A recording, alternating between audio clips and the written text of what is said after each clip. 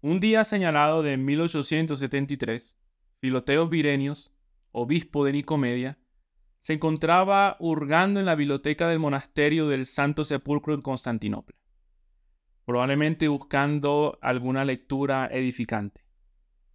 Un libro de apariencia muy antigua, encuadernado, con piel negra y cubierto de polvo, llama su atención.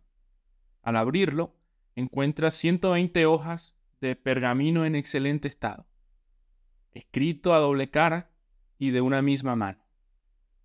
Su contenido: al examinar el códice, Virenius encontró una sinopsis de los libros del Antiguo y Nuevo Testamentos atribuidas a Juan Crisóstomo, la epístola de Bernabé, la primera carta de Clemente a los Corintios, la segunda carta de Clemente a los Corintios, las cartas de San Ignacio de Antioquía y un tratado sobre la genealogía de Cristo.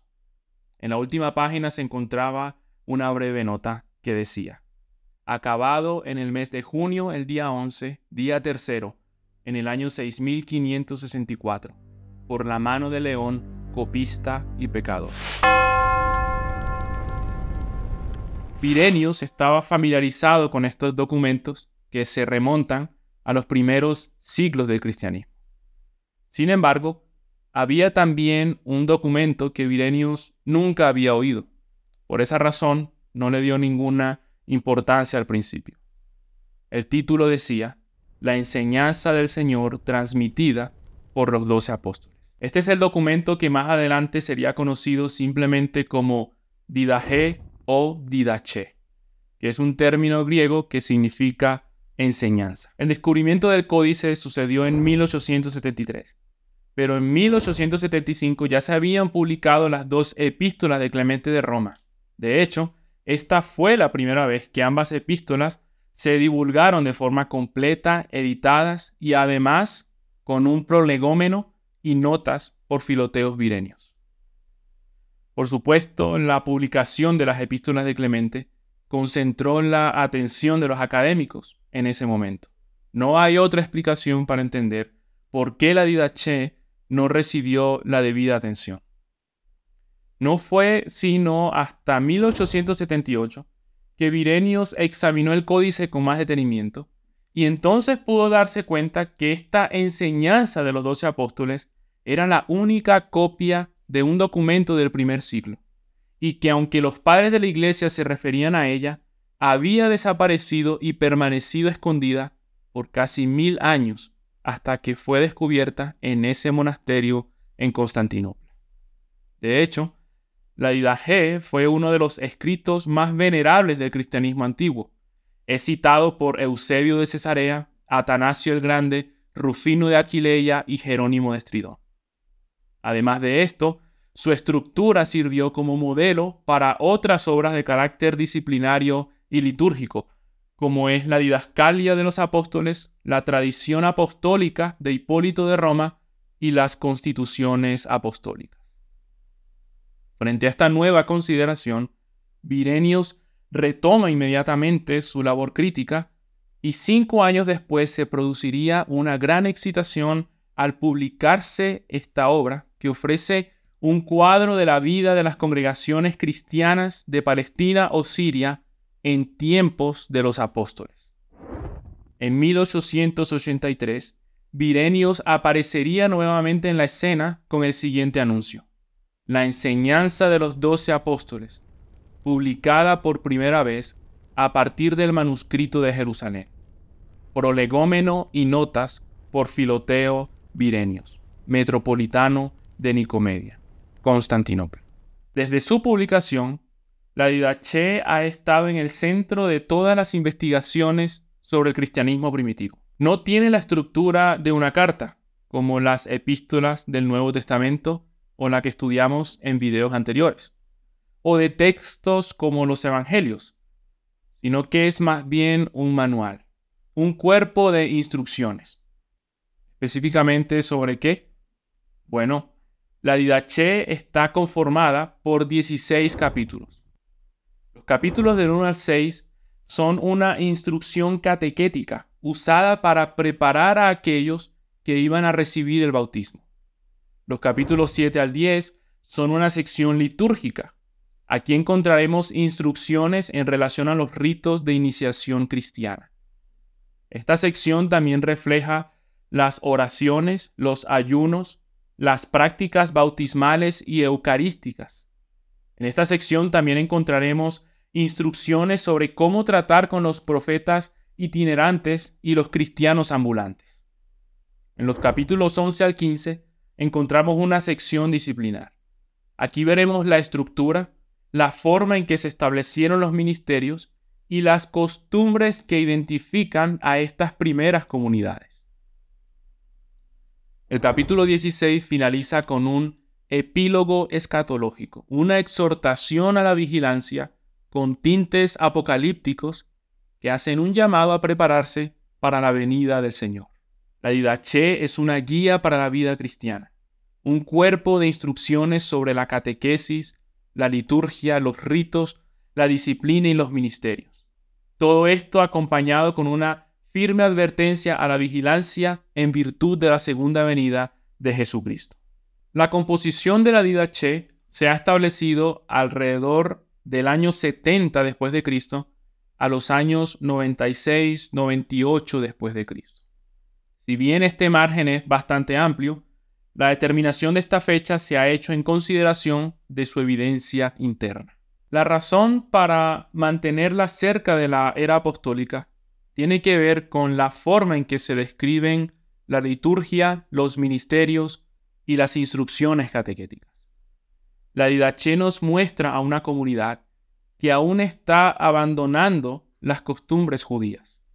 Es decir, no nos encontramos aquí con un tipo de cristianismo que se considera a sí mismo como la rama del judaísmo que reconoció a Jesús como el Mesías, sino más bien con un cristianismo que ya está tomando su propia identidad y abandonando progresivamente las costumbres del judaísmo. Otra de las importantes razones por las que mantenemos la fecha de su composición antes del siglo II es porque, precisamente, una de las características más notables del siglo II es la proliferación de herejías cristológicas como el hedionismo, adopcionismo y docetismo, de las cuales la Didaché no hace ninguna alusión. Sobre el autor no tenemos certeza. Algunos expertos señalan que es más preciso hablar de varios autores, ya que la Didaché expone tópicos que son muy diversos entre sí y que lo preferible es señalar a un compilador que podemos llamar didachista, del cual tampoco tenemos ningún detalle. El erudito Jean-Paul Audet dice que la Didaché fue hecha por uno de los ministros itinerantes del Evangelio, de los cuales se habla en la Didaché misma. Su carácter es profundamente aseverativo. No se vacila en aquellas cosas que se afirman. La persona que escribió esto lo hace con mucha autoridad. De ahí que algunos llegaran a pensar que se trata de un apóstol o de alguien que fundó una iglesia y deja este escrito como guía y resumen de sus enseñanzas. Suele decirse también que la forma de vida de estas primeras comunidades cristianas que apenas están organizándose y extendiéndose corresponde a zonas rurales, nada urbanas, de Oriente, probablemente Egipto. Esto es muy posible debido a las afirmaciones del capítulo 13, que parecen dejar en claro que los receptores de la Didaché vivían en zonas con eras de cultivo, lagares, bueyes y ovejas. Por supuesto que nada de lo que se afirme sobre estos documentos quedará sin oposición.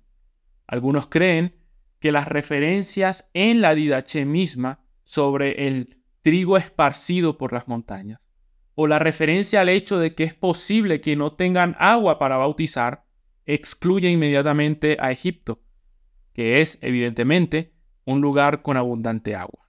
Y más bien podríamos situar este escrito en relación con algunas comunidades cristianas situadas en territorio sirio o palestino.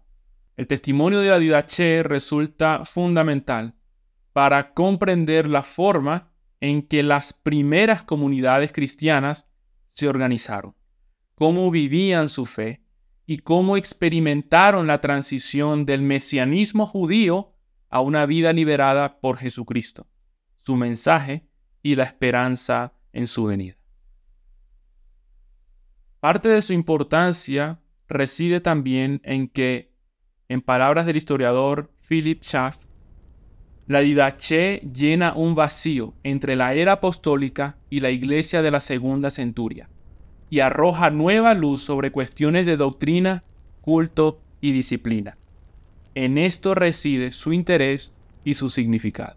El teólogo español Xavier Picasa, en su curso de teología patrística, señala que la Didaché nos proporciona el mejor testimonio del funcionamiento de unas iglesias miradas desde abajo, con ministerios de la palabra y de la fraternidad, que tenderán a estabilizarse y organizarse conforme al ejemplo de los sacerdotes y levitas del Antiguo Testamento, pero con una tendencia y finalidad distintos, desde la perspectiva de la vida y mensaje de Jesús.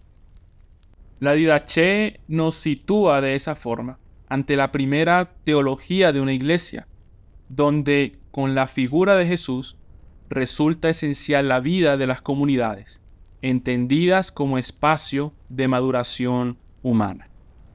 Conforme a la visión de la Didaché, Jesús está presente en la experiencia y vida de las comunidades, esperando la resurrección total, es decir, el cumplimiento de su mesianismo. En el siguiente video nos acercaremos a su contenido. Lo más conveniente es que primero descargues el documento adjunto y leas el contenido de la Didaché, para que en la próxima lección estés mucho más familiarizado con los temas expuestos, esperando que su lectura nos mueva a una mejor reflexión sobre la tradición cristiana y a comprender cómo la vida, el mensaje y la esperanza en la venida de nuestro Señor puede proporcionarnos un mayor aprecio por la liturgia de la Iglesia, los santos sacramentos y la tradición apostólica.